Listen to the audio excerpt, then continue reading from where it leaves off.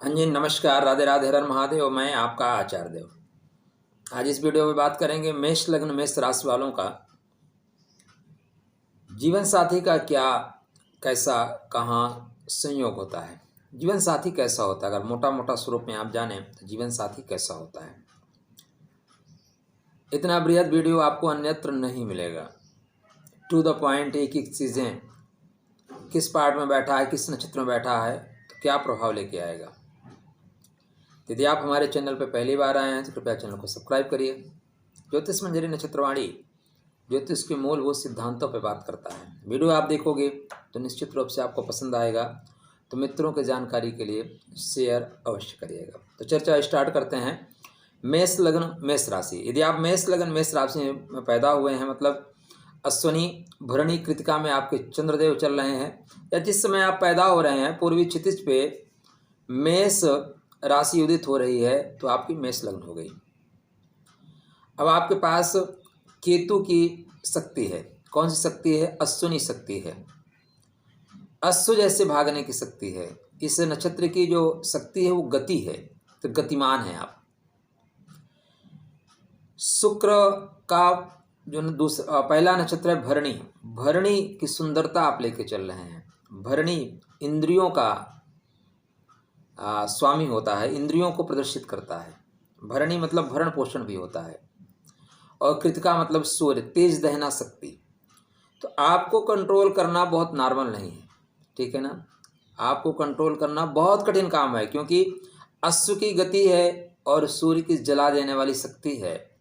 अश्व की गति से दौड़ रहे हैं और तलवार, तेज तलवार हाथ में है, तो जो भी आपके सामने आएगा वो कट जाएगा। तो आपके शक्ति को संतुलित करने के लिए कैसा होगा आपका जीवन साथी। देखिए, जो जीवन साथी होता है, दरअसल ये हमारे एनर्जी का बिंदु होता है। हमारे जो सप्त चक्रा होते हैं, सप्त चक्रा यहीं से स्टार्ट होते हैं। तो 7 चक्रों की जो पहली एनर्जी है, उसी को तो जागृत करने के लिए हम जीवन साथी का चयन करते हैं। ये अलग बात है कि हम मूल उद्देश्यों से भटक जाते हैं और फिर शरीर में ही विद्यमान रह जाते हैं, शरीर से आत्मा की ओर उठते ही नहीं। लेकिन विशुद्ध रूप से यह शारीरिक मिलन आत्मा की उन्नति के लिए आवश्यक होता है। 3 गति होती है, उच्च, सम और नीच। अधोगति, उच्च रत, समरत, नीच रत, 3 तरह की स्थितियां बनती हैं। तो आपका जो जीवन साथी है क्या लेके आएगा। तो आपके केतु को कंट्रोल करने के लिए कौन चाहिए? मंगल चाहिए। केतु सामान्य से कंट्रोल नहीं होगा, मंगल से ही कंट्रोल होगा, सेनापति से कंट्रोल होगा। छोटा कमांडर है, बड़े कमांडर के आदेश को ही मानेगा, छोटे मोटे को मानेगा ही नहीं, किसी को नहीं मानेगा, साइड में कर देगा। तो इसलिए आपके जो जीवन साथी हैं वो मंगल के चित्रा नक्षत्र की शक्ति लेके आ रहे हैं, राहु के स्वाति नक्षत्र की शक्ति लेके आ रहे हैं, और गुरु के विशाखा नक्षत्र की शक्ति लेके आ रहे हैं। तो आपके शक्ति को संतुलित करने के लिए मंगल, राहु, गुरु की एनर्जी लेके आपका जीवन साथी आ रहा है। नाम है उसका तुला। तुला मतलब संतुलन बनाना। तो आपके जीवन में वो संतुलन बनाने के लिए आ रहे हैं। जीवन में जहाँ पे परेशानियाँ आ रही हैं उसको ठीक करने के लिए। तुला संतुलन की राशि है। तुला मतलब तराजू। तराजू का मतलब क्या होता है? दोनों पलड़े बराबर होने। तो आपका लाइफ पार्टनर निश्चित रूप से संतुलन बनाने आएगा। आप जितने एग्रेसिव हैं उतना वो शांत होगा। आपके एनर्जी को पहले वो ख़त्म करेगा, फिर अपने एनर्जी को स्थापित कर देगा। तो स्वभावतः शांत होगा। चित्रा मतलब चित्रकार। स्वाति मतलब हीरा जैसा। स्वाति मतलब हीरा जैसा। विशाखा मतलब 2 शाखाओं में चलने वाला, 2 तरह के विचार एक साथ चलने वाले, 2 कामों को एक साथ करने की अद्भुत क्षमता वाला आपका जीवन साथी या जीवन संगनी होगा, होगी। आप मेष लग्न में पैदा हुए हैं, अगर आपका सप्तम भाव का स्वामी सप्तम भाव में विराजमान है, तो एक सुंदर सा जीवन साथी आपको मिलेगा, जिसको देख के लोग ईर्ष्या कर सकते हैं। एक समझदार और सुंदर जीवन साथी आपके नियति में लिखा हुआ है। कदकाठी भी उसकी अच्छी होगी, शारीरिक कांति भी अच्छी होगी, वे ऑफ टॉकिंग भी अच्छी होगी। हर तरह से आप पे वो भारी पड़ रहा है। किसमें? शारीरिक सौंदर्य के स्वरूप में, बल के स्वरूप में आप अब भी भारी पड़ रहे हो। तो आपका सप्तम भाव का स्वामी यदि सप्तम भाव में है तो बेहतरीन जीवन साथी आपको प्राप्त होगा। चित्रा में है तो चित्रकार टाइप हो सकता है, चित्रा में तो हर काम को बेहतर करेगा। स्वाति में है तो बहुत चीज़ों को कंट्रोल करेगा। स्वाति नक्षत्र राहु का नक्षत्र है, कोयले को डायमंड बना देने की शक्ति वाला नक्षत्र है। तो ये आपको कोयले से डायमंड बनाने की क्षमता लेके आया है और आपको डायमंड बना ही देगा, हीरा बना ही देगा।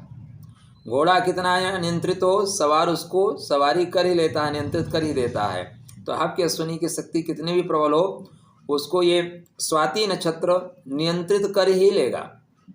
कृतिका का आपका तेज है, तो कृतिका के तेज के लिए सूर्य नारायण का गुरु का जो विशाखा नक्षत्र है आपकी एनर्जी को 2 भागों में बांट देगा। जाओ करो, जितनी गति है आपके अंदर 2 भागों में डिवाइड कर देगा और आपकी एनर्जी इस तरह शांत हो जाएगी। तो सप्तम भाव का स्वामी सप्तम भाव में ही है, शुक्र महाराज सप्तम भाव में विद्यमान है, तो बेहतरीन लाइफ पार्टनर मिलेगा, अच्छा जीवन साथी होगा, जीवन बहुत अच्छा चलेगा। लेकिन ऐसा नहीं है कि सप्तम भाव का स्वामी सिर्फ सप्तम भाव में हो, 12 भावों में हो सकता है। यदि सप्तमेश आपके अष्टम भाव में हुए तो क्या होगा? अष्टम भाव मतलब मंगल की दूसरी राशि, तो मंगल की दूसरी राशि में होने से जीवन साथी के अंदर भी थोड़ा सा एग्रेसिव नेचर हो जाता है। विशाखा में है, ठीक है, 2 शाखाओं में बटे रहेंगे, कभी कभी 2 शाखा में प्रेम भी हो जाता है। ये आपको अपने चतुर्थेश को देखना पड़ेगा, 2 शाखाओं में आपका प्रेम भी बढ़ जाता है, 2 जगह प्रेम बढ़ जाता है।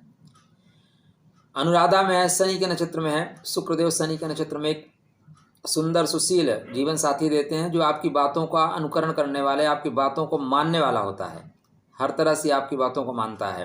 तुम्हें माता च पिता तुम्हें वो आपके लिए करता है। तो आपको एक बेहतरीन लाइफ पार्टनर यहाँ पे मिलता हुआ दिखाई दे रहा है। ज्येष्ठा में है, आप अगर भरणी में है, जीवन साथी ज्येष्ठा में है, तो फिर दोनों एक दूसरे के लिए बने हुए हैं, दोनों इंद्रिय सुख ही ढूंढ रहे हैं और दोनों में इंद्रिय सुख प्रबल है, इसलिए दोनों अपने इंद्रिय सुख की चरम अनुभूति आप अपने जीवन में करते हैं। किंतु जीवन साथी ज्येष्ठा में है और आप भरणी का प्रभाव नहीं पाए, आप कृतिका का प्रभाव पा गए, अश्विनी का प्रभाव पा गए, तो फिर क्या होता है, जीवन साथी भटक भी सकता है, आरोहणा शक्ति लेके चलता है। जिसके साथ रहेगा, जिसके टच में रहेगा, उसके ऊपर आरोहण कर लेगा, सवार हो जाएगा। तो यहाँ पे थोड़ा सा दाम्पत्य जीवन में जितना प्रेम होना चाहिए, जितना एक निष्ठता होनी चाहिए, एक निष्ठता में कमी आ जाती है। यहीं पे आपके शुक्र महाराज नवम भाव में हो, तो नवम भाव में होते ही जैसे जीवन साथी आपके जीवन में आएगा, आपका भाग्योदय हो जाएगा। भाग्य के घर में बैठा हुआ है, निश्चित रूप से भाग्य की वृद्धि होगी, काम आपके जो काम रुक रहे थे वो काम अचानक बनना शुरू हो जाएंगे। मूला नक्षत्र में है, जिद्दी होगा। मूला नक्षत्र में है, परंपराओं को मानने वाला, अपने जो वैल्यू हैं, रीति रिवाज हैं, उनको बिल्कुल ध्यान देने वाला, संस्कार को मानने वाला, पूजा पाठ करने वाला। आप पूजा पाठ से परेशान रहोगे, लगेगा कितना पूजा पाठ करते हैं, मेरे को टाइम ही नहीं देते। पूर्वाषाढ़ा नक्षत्र में है, प्रेम अच्छा रहेगा, दाम्पत्य जीवन बहुत सुंदर जाएगा। वहीं उत्तराषाढ़ा में रहेंगे तो थोड़ा सा जीवन साथी तुनक मिजाजी हो जाएगा। आपका सप्तमेश कर्म भाव में बैठेंगे 10 नंबर की राशि में, तो यहाँ पे उत्तराषाढ़ा नक्षत्र में जीवन साथी कहीं ना कहीं आपका काम करने वाला है, सरकारी पद पे कार्यरत या सरकार के साथ काम करने वाला, बड़े पद पे भी जा सकता है। चंद्रमा के नक्षत्र में है, संपर्क शक्ति काम कर रहे हैं, लोगों से मिलने जुलने का काम है, यहाँ पे लोगों से बना के रखने का काम है। आपका जीवन साथी आपकी बात सुनेगा बहुत, आपकी हर बात को ध्यान से सुनेगा। किंतु वहीं धनिष्ठा में है तो वर्किंग प्लेस पे काम होने की वजह से आपको समय कम मिलेगा। सप्तमेश आपके लाभ के घर में है, एकादश भाव में, तो धनिष्ठा, सतविशा, पूर्व भाद्रपद 3 नक्षत्रों की शक्ति को लेके यहाँ पे शुक्र महाराज चल रहे हैं और यहाँ पे बेहतर महसूस करते हैं। एक चीज़ सदैव याद रखिएगा, जब आप ज्योतिष का काम करना शुरू करेंगे, ज्योतिष सीख रहे हैं, हमने इसके लिए देवोलाजी चैनल खोला है, वहाँ पे आप आइए, टू द पॉइंट। कोई ग्रह किस राशि में जाता है तो उसको कैसा अच्छा लगेगा, बुरा लगेगा। जैसे देखिए, शुक्र महाराज को वृश्चिक में मज़ा नहीं आता, शुक्र प्रेम का ग्रह है। शुक्र महाराज धनु राशि में जाएंगे, उनको मज़ा नहीं आएगा। गुरु के पास ज्ञान लेने जाएंगे, अब गुरु बैठ के लेक्चर दे देंगे, उसको जो है रोमांस करना है, उसको प्रेम करना है, बोलेगा यार यहाँ तो हम डांस करने आए थे और गुरु जी जो है साधना में लगा दिए, योग में लगा दिए। अब जैसे शुक्र महाराज मकर राशि में जाएंगे, उनको आनंद आएगा, क्यों? क्योंकि लेबर वर्ग है, डांस करेगी, नाचेगी, गाएगी, इंजॉय करेगी। कुंभ में भी जाएगी, शनि की राशि है कुंभ, कुंभ मतलब एकांत, यहाँ भी शुक्र को मजा आएगा, कोई दिक्कत नहीं है, आनंद करेगा। तो यहाँ पे शुक्र लाभ के घर में आनंद करेंगे। धनिष्ठा मतलब मंगल के नक्षत्र में जाएंगे, सेनापति के नक्षत्र में जाएंगे, अच्छा लाभ देंगे, हर तरह से आपको आर्थिक रूप से सहायता प्राप्त कराएंगे। शतभिषा नक्षत्र में जाएंगे तो आपका जीवन साथी थोड़ा सा रहस्यात्मक हो जाएगा। जीवन साथी क्या कर रहा है, कहाँ कर रहा है, ऑफिस जा रहा है, कहाँ जा रहा है, आपको पता ही नहीं चलेगा, पता ही नहीं चलने दिया जाएगा, ठीक है ना, पता ही नहीं कर पाएंगे कहाँ जा रहा है, क्योंकि उसके पास जो भेषजा शक्ति है ना वो जादूगर जैसा है, अद्भुत क्षमता रहेगी और पैसा पर्याप्त मात्रा में रहेगा, पैसा पर्याप्त मात्रा में कमाया जाएगा। वहीं पे पूर्व भाद्रपद नक्षत्र में स्थितियां बिल्कुल कंट्रोल में रहती है, क्योंकि गुरु का नक्षत्र है, गुरु सब चीज़ों को संतुलित करते हुए चलते हैं। तो यहाँ पे भी आपके जीवन में बेहतर समय निकलेगा, बेहतर जीवन साथी आपको मिलेगा। आपके सप्तमेश उच्च के हो गए तो क्या होगा? देखिए, सप्तम भाव का जो स्वामी है द्वादश भाव में उच्च का होता है, यह सच है। द्वादश भाव मतलब मीन राशि में, लेकिन मीन राशि में उच्च का कहाँ होगा, ठीक है ना, मीन राशि में उच्चता कहाँ प्राप्त करेगा? तो ये पूर्व भाद्रपद में बिल्कुल उच्चता प्राप्त नहीं करेगा। गुरु का ज्ञान लेगा, गुरु बोलेगा बैठो मुक्ति की बात बताता हूँ, आओ संन्यास दिलाता हूँ, आओ दीक्षा दिलाता हूँ। बोलेगा द्वादश भाव महाराज भोग का है, मैं भोग के लिए आया हूँ, आप योग पढ़ा रहे हो, मज़ा नहीं आएगा। उत्तर भाद्रपद में जाएगा शनि के नक्षत्र में, यहाँ पे आनंद प्राप्त करना शुरू करेगा। और जैसे बुध के रेवती नक्षत्र में जाएगा बिल्कुल चरम पे होगा। बुध, रेवती का बुध क्या है, परिपक्व है, और युवा से ही शुक्र को प्रेम करने में आनंद आता है, ना तो वृद्ध से आता है ना तो छोटे बच्चे से आता है। तो रेवती में बुध को शुक्र को उच्चता इसीलिए मिलती है कि वहाँ उसकी जैसी स्थिति वो चाहता है वैसी कंडीशन क्रिएट हो जाती है, आप ऐसा कह सकते हैं। आपके लगन में अगर शुक्र महाराज बैठे हैं तो जीवन साथी को आप सर पर बैठा के रखे हैं, जीवन साथी से अत्यंत आप प्रेम करने वाले हैं। अश्विनी में है तो जीवन साथी वही थोड़ा सा भागने वाला, थोड़ा गतिमान होगा, अपने बातों पे अडिग रहने वाला, जिद्दी हो जाएगा। भरणी में है बहुत सुंदर जीवन साथी मिलेगा, कोई शिकायत ही नहीं होगी आपको, कोई भी शिकायत नहीं होगी, सब कुछ राधे राधे होगा। कृतिका में है तो तलवार की धार की तरह है, हर बात को काटेगा लेकिन आपको छोड़ के जाएगा नहीं, आपके साथ ही रहेगा, छोड़ के नहीं जाएगा। वहीं यदि आपके सेकंड हाउस में वृषभ राशि में है तो सप्तम से अष्टम है, किंतु अपनी ही राशि में है, किंतु अपनी ही राशि में है, अतः यहाँ पे धनदायक है। ऐसे में आपका जीवन साथी निश्चित रूप से जैसे आपका विवाह होगा वो पैसा कमाने वाला होगा, उसके पास पैसे प्रॉपर्टी वगैरह पर्याप्त मात्रा में होगा। तो कृतिका रोहिणी दोनों में बहुत सुंदर फल देंगे। मृगशिरा में क्या होता है, थोड़ा सा मन चंचल हो जाता है और चंचलता की वजह से परिवार में कभी कभी तनाव आता है। थर्ड हाउस में जाएंगे तो अपने से नवम हो जाएंगे, अपने से नवम हो जाएंगे, और नवम कोई ग्रह जाता है ना तो उसको बल मिल जाता है। लेकिन यहाँ पे जा कहाँ रहे हैं, बुध के मिथुन राशि में जा रहे हैं। बुध का जो मिथुन है ना थोड़ा सा कच्चा है, उम्र में बच्चा है, और शुक्र को बच्चों के साथ मज़ा नहीं आता।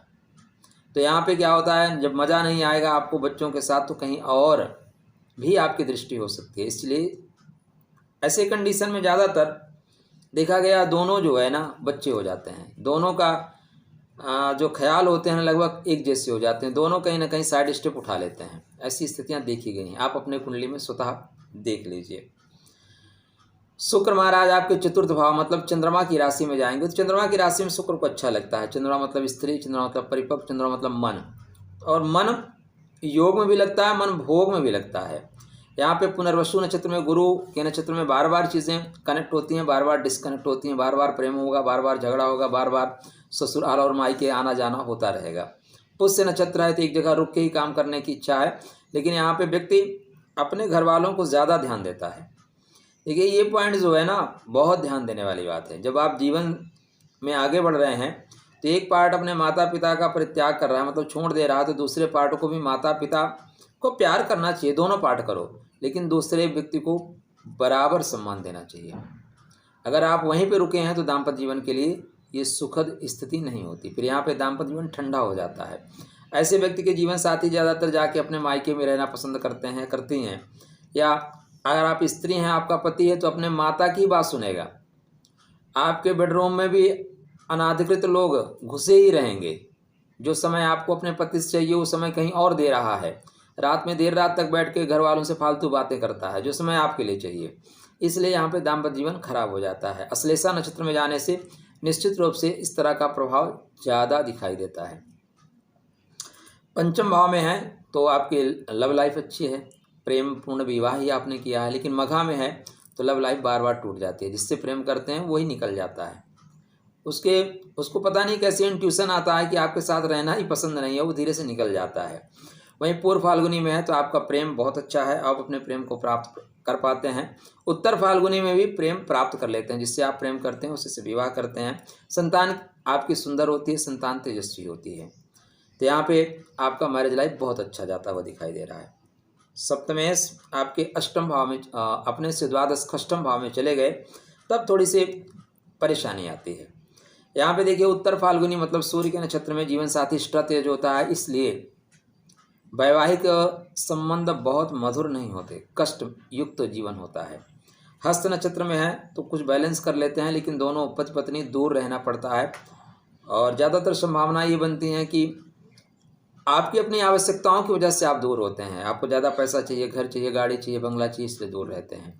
वहीं चित्रा नक्षत्र मंगल के नक्षत्र में जाएंगे तब भी परेशानी बनती है कि पति पत्नी दूर रहने के योग बनते हैं।